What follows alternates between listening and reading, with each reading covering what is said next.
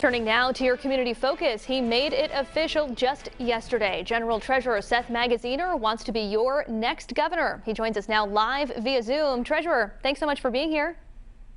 Thanks for having me, Kim.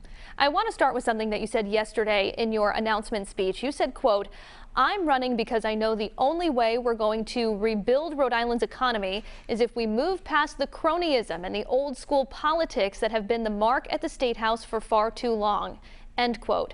Treasurer, were you talking about the McKee administration there? Well, I think every Rhode Islander knows that while this is a wonderful state and we have so much potential, too often our politics have held us back instead of moving us forward. And so we need to make a clean break from the old school politics of the past so that we can build an economy that is strong and robust and truly works for everyone. Clearly, some of the stories that have been coming out of the current governor's office over the last couple months are concerning. And, my goal as governor is going to be to turn the page on that kind of politics once and for all so that we can have a government that truly works for the people. You also said yesterday the state needs a governor who will listen to the experts about COVID-19 and make decisions based on science, not on the loudest voices in the room. What do you think the state should be doing differently in its current response to the coronavirus? Well, I believe I'm still the only statewide officer that has come out and called for teachers and school employees to be vaccinated. I think it is unacceptable that there are children going to school every day with adults who are not vaccinated. We need to keep kids safe, kids who are not eligible yet to get the vaccines themselves.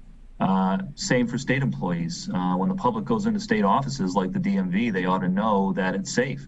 We instituted a vaccine requirement in our office in the state treasury. It's been very successful. And other states are doing the same thing. The Biden administration is doing the same thing. Rhode Island should not be a laggard on this. We should take appropriate steps to protect people so that we can finally get this pandemic behind us. So just to be clear, if you were governor today, there would be a vaccine mandate for K through 12 teachers and staff. Yeah, just like many other states have done, just like both of the national teachers unions have come out in favor for. If the teachers unions are for it and other states are doing it and the American Society of Pediatrics, Rhode Island should listen to the experts and do it.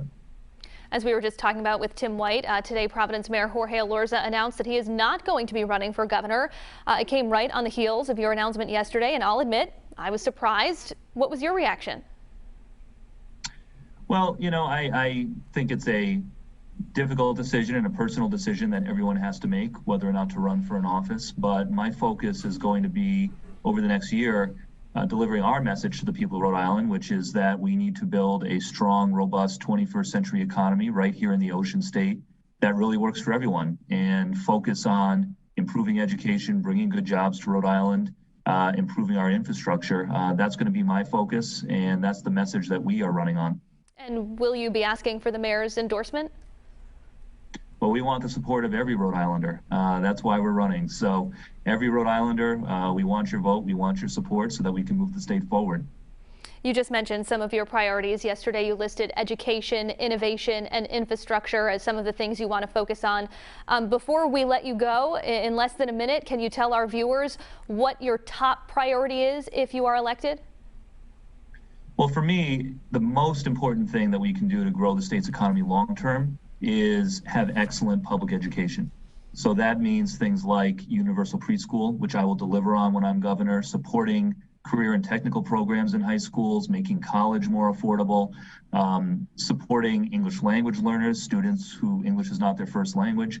The best jobs in the 21st century go to where the best talent is. And so if we want a strong economy in Rhode Island, we have to make sure that every student graduates with the skills to succeed in the 21st century. So that will be my #1 priority.